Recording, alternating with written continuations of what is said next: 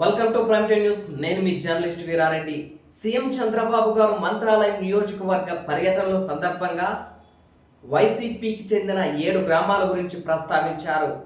అందుకుగాను CM Chandrababu గారికి, TDP incharge Raghavender Reddy గారికి YCP MLA Balanagi Reddy గారు సవాల్ విసిరారు. ఆ సవాల్ ఏంటో పూర్తిగా ఇప్పుడు చూద్దాం. గ్రామాలు కూడా పోటీ పెట్టామంటే పెట్టుకోమనండి.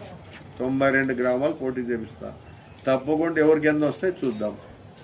దానికి మీరు రెడీనా అని మీరు ముఖ్యమంత్రి గారిని అడుగుతున్నారు. సరే, మీరు వద్దనుకుంటే ఇన్ఛార్జ్కి రెడీనా అని అడుగుతున్నా. ఈ సవాల్ మనం క్షుణ్ణంగా పరిశీలించినట్లయితే ఈ సవాల్లో సీఎం చంద్రబాబు గారు టీడీపీ ఇన్ఛార్జ్ రాఘవేందర్ రెడ్డి గారికి 7 గ్రామాల గురించి దిశానిర్దేశం చేశారు.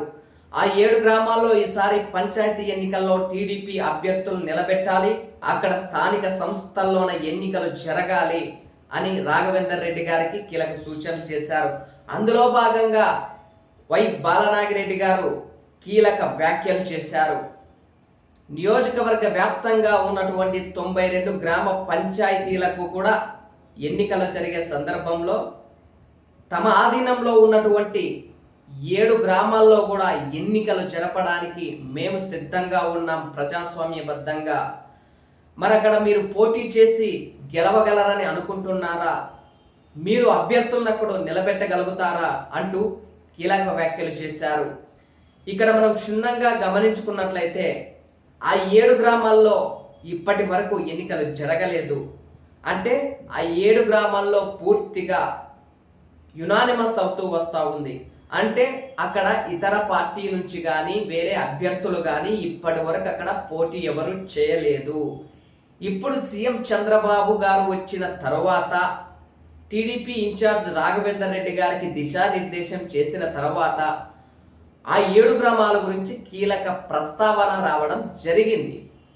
ముఖ్యంగా ఆ 7 గ్రామాల్లో ఈసారి రాబోయే పంచాయతీ ఎన్నికల్లో అంటే ప్రస్తుతం సర్ ప్రక్రియ కొనసాగుతుంది. ఈ సర్ ప్రక్రియ పూర్తయిన తర్వాత గ్రామ పంచాయతీ ఎన్నికలు జరుగుతాయి. మొత్తం నియోజకవర్గంలో 92 గ్రామాలుంటే ఓన్లీ 7 గ్రామాలు మాత్రమే ఇప్పటి వరకు యునానిమస్ అవుతూనే వస్తున్నాయి. దాని గురించి సీఎం చంద్రబాబు గారు ప్రస్తావించారు.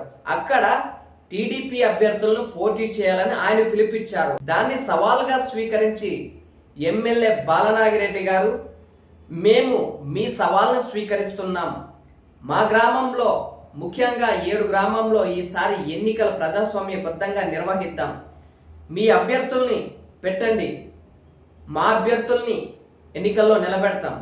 ముఖ్యంగా ప్రజలు ఎవరైతే అభివృద్ధి చేశారో, ఎవరైతే సంక్షేమ పథకాలు ఇచ్చారో, ఎవరైతే ప్రజలకు వెన్నుదన్నుగా ఉన్నారో వాళ్ళకి ఓటేస్తారు అంటూ, అంటే ఆయన అభ్యర్థులై గెలుస్తారు అంటూ ధీమా వ్యక్తం చేశారు. ఒకవేళ మీరు రాష్ట్రాన్ని అభివృద్ధి చేసి నియోజకవర్గాన్ని పూర్తిగా అభివృద్ధి చేసినట్లయితే మా 7 గ్రామాల్లో పోటీకి రండి, మేము కూడా సిద్ధంగా ఉన్నాం.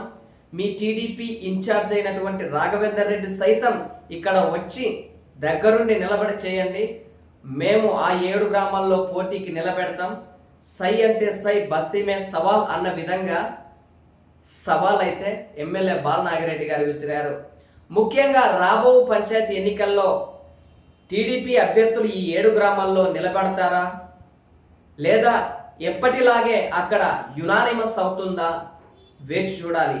ఆ 7 గ్రామాల్లో టీడీపీ పార్టీ అభ్యర్థులు నిలబెడుతుందా, లేకపోతే యునానిమస్ అవుతుందా? మీ అభిప్రాయాన్ని కామెంట్ రూపంలో తెలియజేయండి.